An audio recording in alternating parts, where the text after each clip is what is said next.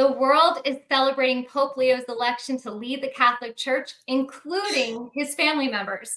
I'm Diana Felzon for NewsNation. I'm joined by the new Pope's brother, Louis Prevost. Welcome, Lou. Thank you.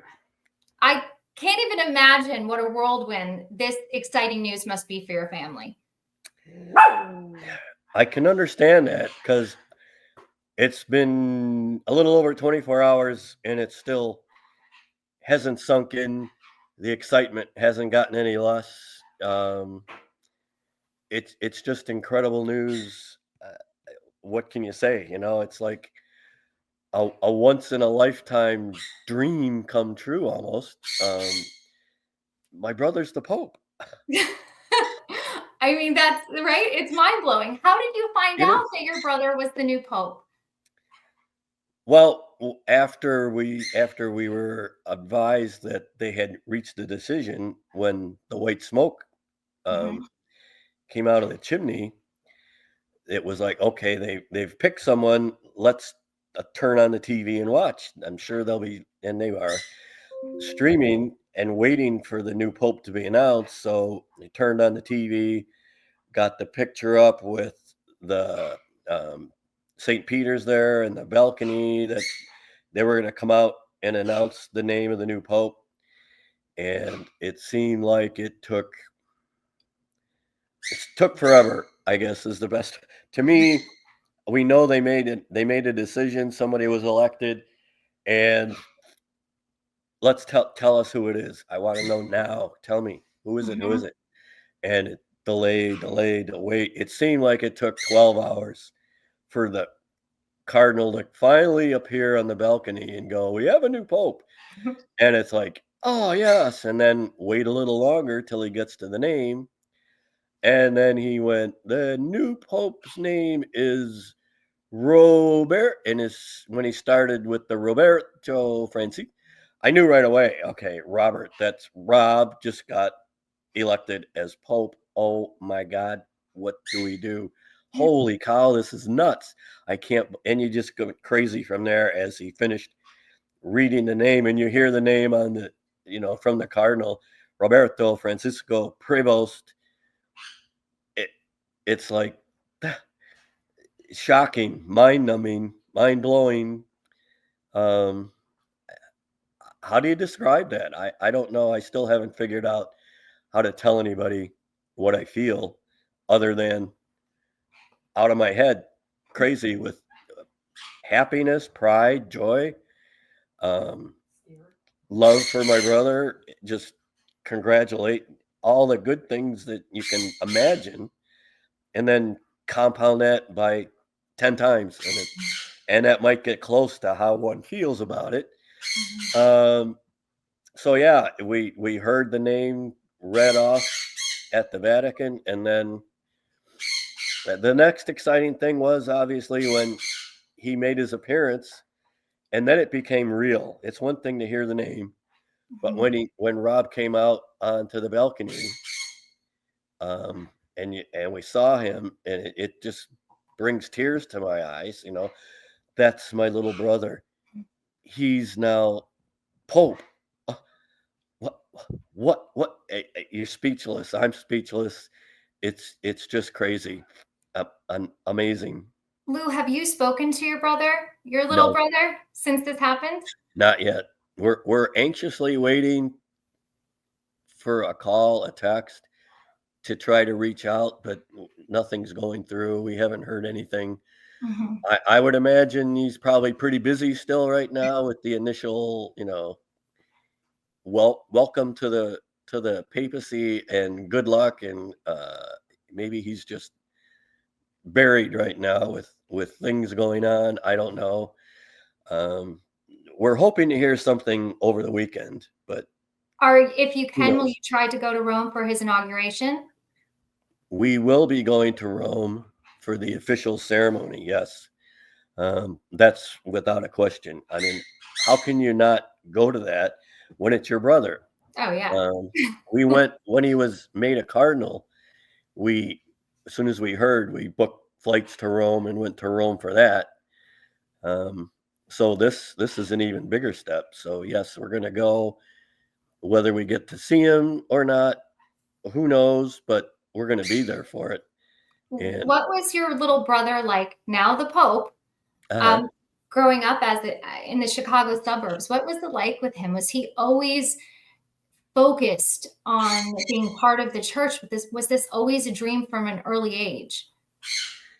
you could probably say that we all knew our family, myself, my other brother John, middle brother, and then our parents from very early on that something was special about Rob. He just had an air about him. Um, I don't know how to describe it. Spiritual. He was special. He used to. I've been telling people, yeah, when we'd go play games, he wanted to play priest. How many little kids want to play priest? And it's like, okay, well, you don't think anything of it, but then other people would start to notice and say, you know, that man's going to be Pope one day. Just out of the blue, people that he's like 9 years old, and you're saying he's. So, what was there that made people see that and think that? I don't know. We saw something that said, yeah, he's going to be a priest. And we teased him about, yeah, you're going to be a pope. Um, with just, like kids do, right? And then when other people started, whether they were joking because we used to joke, but it didn't come out that way. It was kind of serious. These were older parents of other kids in the neighborhood, older parishioners at the church. That Robert's going someplace. He's going to be something special. I think he's going to be the Pope one day. Huh. It makes you kind of go, wow. So, like you said, there was something about your brother's aura and being that came across to people as spiritually inclined, I guess you could say. Right. Yeah. I mean, he went. We all went to Catholic schools. He went to grade school. As soon as he got to 8th grade, he went directly into the seminary.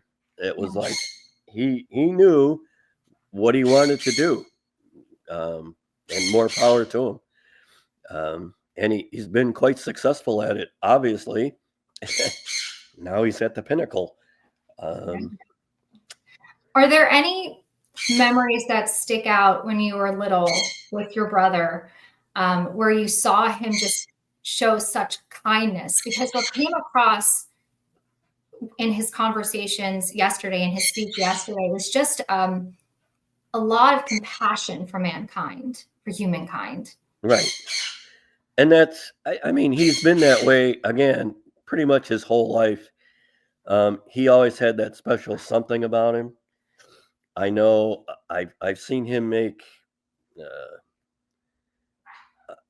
I don't want to call them gangbangers, but hoodlums, youthful hoodlums, stop being hoodlums and change the way they were behaving just by talking to him for 10 minutes. At one point, he and I were out riding bikes in a place we shouldn't have been, where we knew those kind of people hung out.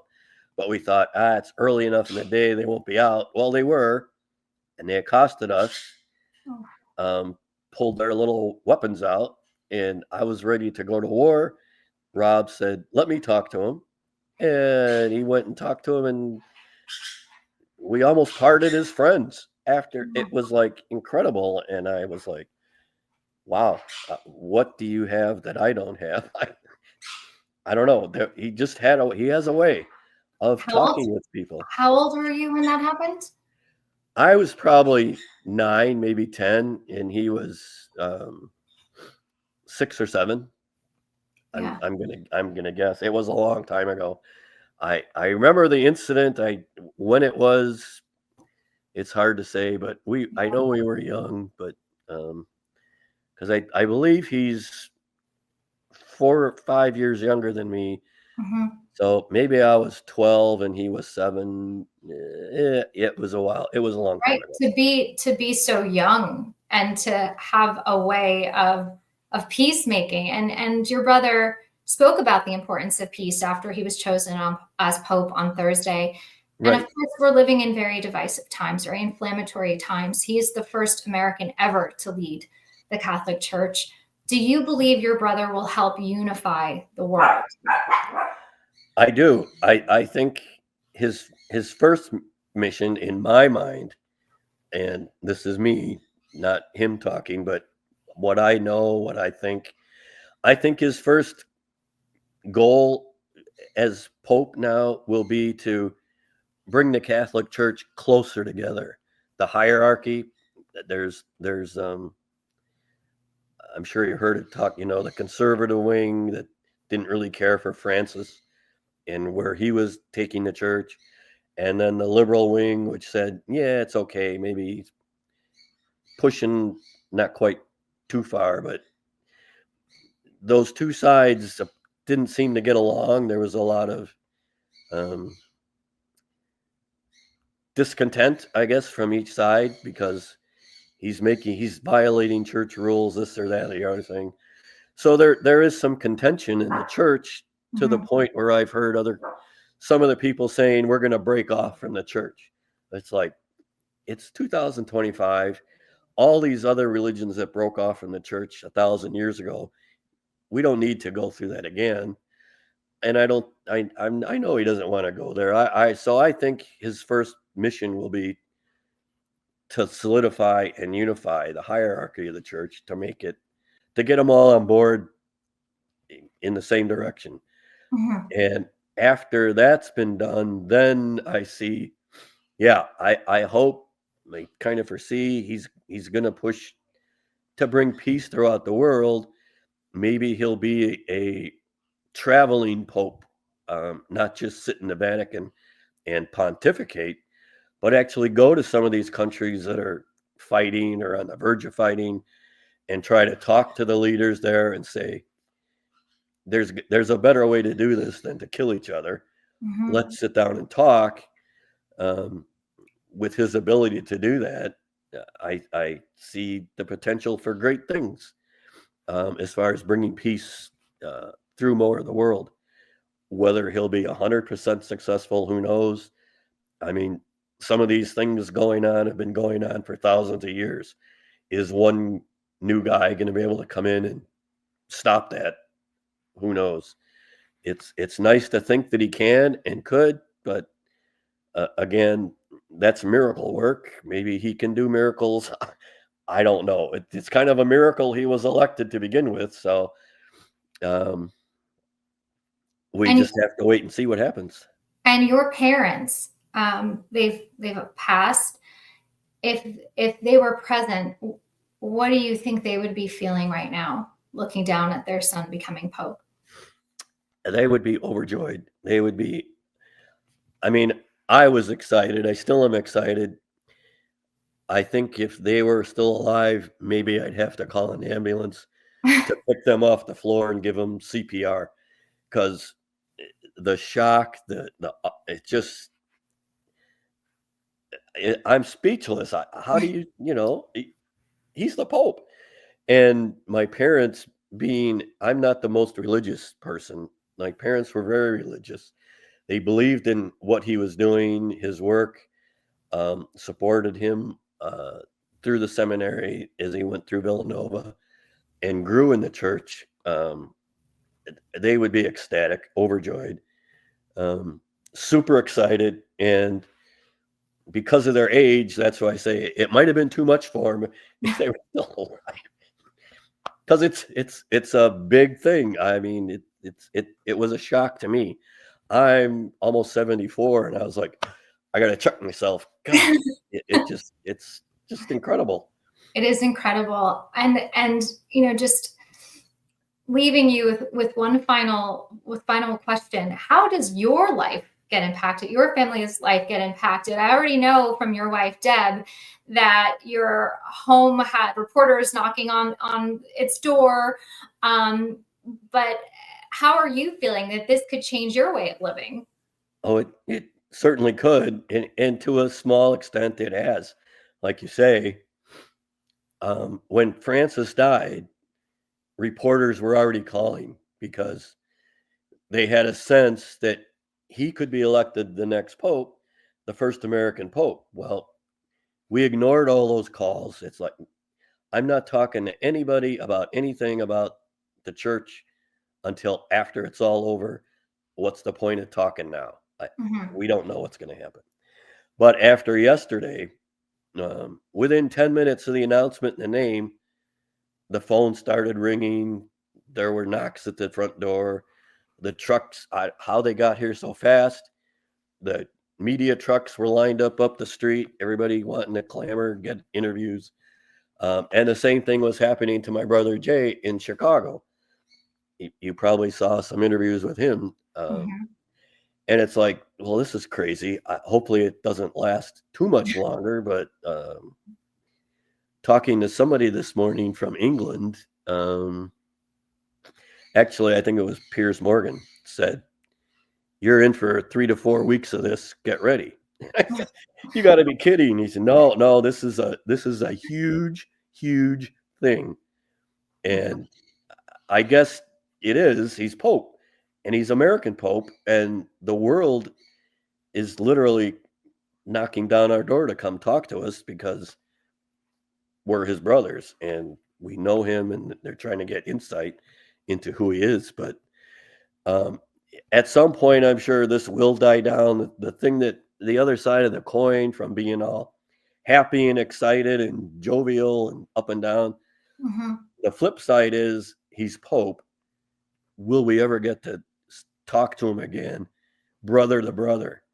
Or will it always be layperson to clergy?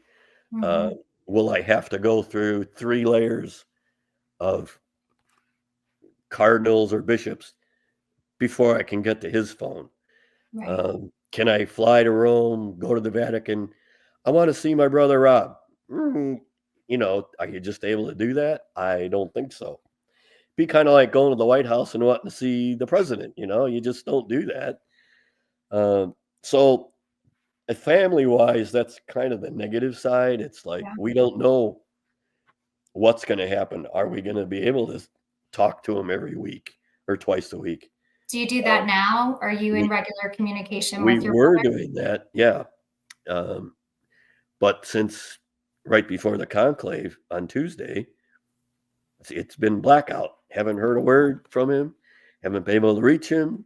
So um, we're in the blind right now. I guess we have to wait for either him to be able to contact us, because otherwise, at this point, I don't know how one would call the Vatican and ask to speak to the Pope. Is that a thing? Can I just operator assistance? I need to talk to the Pope. You Right. know, I don't think that's going to happen. So we got to, I suspect, wait for his end to call here to tell us what's what and how to get a hold of him going forward, if it's possible to get a hold of him. Well, I But hope that happens soon for your family so you can celebrate together. yes, that would be nice. I wish we could have done it already. Like maybe yesterday after he did his speech on the balcony, went back to his room, wherever he's staying now, that maybe he would have called or, just acknowledge, okay, I won't be available for X amount of days, but I'm Mhm. okay. Um, but no, we haven't heard anything. So Yeah. You just sound like a big brother who wants to make sure that his little brother's okay, even though he's just the newly elected pope of the yeah, entire Catholic Church. I yeah, mean, that's a pretty usual thing to feel. right. And I still want to give him grief because he is my little brother. It's funny. I have a big brother named Rob, Do you? um, and we still like to give each other grief, but he's Yeah. also not the pope. So It's that's it. How far do you push it with the Pope? right, right. But in Well, I am so thankful that you gave us some time here at News Nation, especially when you have so many people that are clamoring for your attention. And I do hope that you'll join us again, and after you've spoken to Pope Leo and are able to tell us about how things are going when you're at the inauguration in Rome. well, I hope so. I hope we find out soon enough when it is and we can get tickets over there. one way or the other will be there. And then we'll just have to play it by ear and hope for the best. I don't think they can deny us access to him permanently. I don't think he'd allow that. I hope not. Mhm. Maybe it's payback for all the evil things I did to him as a little kid. I don't know. Oh, no. But But I hope that concern of yours gets alleviated quickly. yeah, I think things will work out okay. I understand right now, while the dust settles, it's going to be just like here with all the media fear going on, everybody wanting to clamor in and talk to Mhm. us. He may be enduring that over there as well with meeting church leaders, not just the cardinals that were there, but if you watch the crowd, Mhm. there was hundreds of bishops and priests and everybody out there. And he may want to, he may be spending as much time as he can with them to get them a personal up close. Hey, I talked to the Pope and we talked Right. about this, which again goes towards his uniting and building out the church. You got to talk Mhm. to the foundation of the church and the people of the church. So I think that's what he does best. So that's what we're hoping for.